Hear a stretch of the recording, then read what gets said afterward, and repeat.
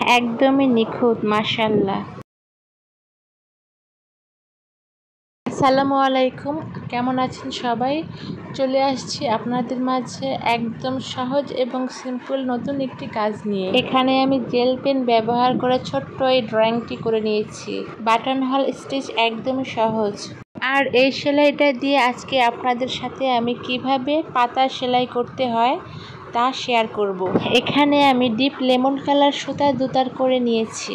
আমরা ড্রেসের ডিজাইনের জন্য যে বিভিন্ন ধরনের ডিজাইন তৈরি করে থাকি, সেখানে কিন্তু গাছের পাতা, ফুল, লতা সব কিছু মিলে একটি ডিজাইন তৈরি করি।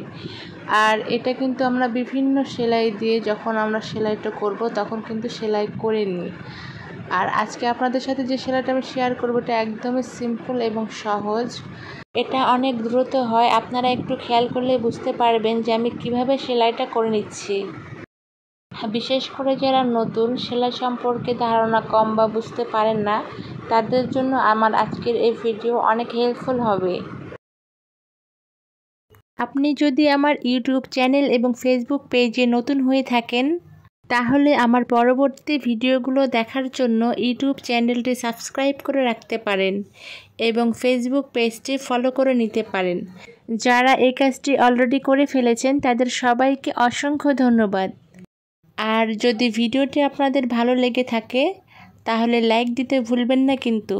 এই দেখেন, আমি সেমভাবে এই পাশটাও সেলাই করে নেব। কেন জানি না এই সেলাইটা আমার অনেক ভালো লাগে, আর আমার কাছে এই সেলাইটাও অনেক দ্রুত হয়। হাতের কাজের পোশাকগুলো সামনাসামনি দেখতে আরও বেশি সুন্দর এবং শাইনি হয়।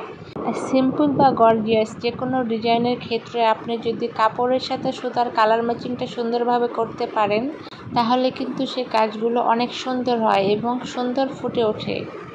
এখানে আমি বাটন হল স্টিচ দিয়ে পুরো সেলাইটা কমপ্লিট করে নিয়েছি। আর মাঝখানে বর্ডারের জন্য এখানে আমি ডিপ জলপাই কালার সুতা নিয়ে নিয়েছি দুতার করে, আর এইভাবে আমি সেলাই করে নেব। এখানে পাতা এবং পাতার মাঝখানের যে বর্ডারটা হালকা লাইট ডিপ হবে, কিন্তু ভিডিওতে সেভাবে বোঝা যাচ্ছে না।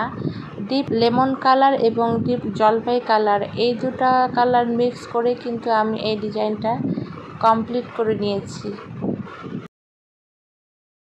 এই তো আমার কাজ মোটামুটি শেষ। ভালো থাকবেন এবং সুস্থ থাকবেন। আল্লাহ হাফেজ।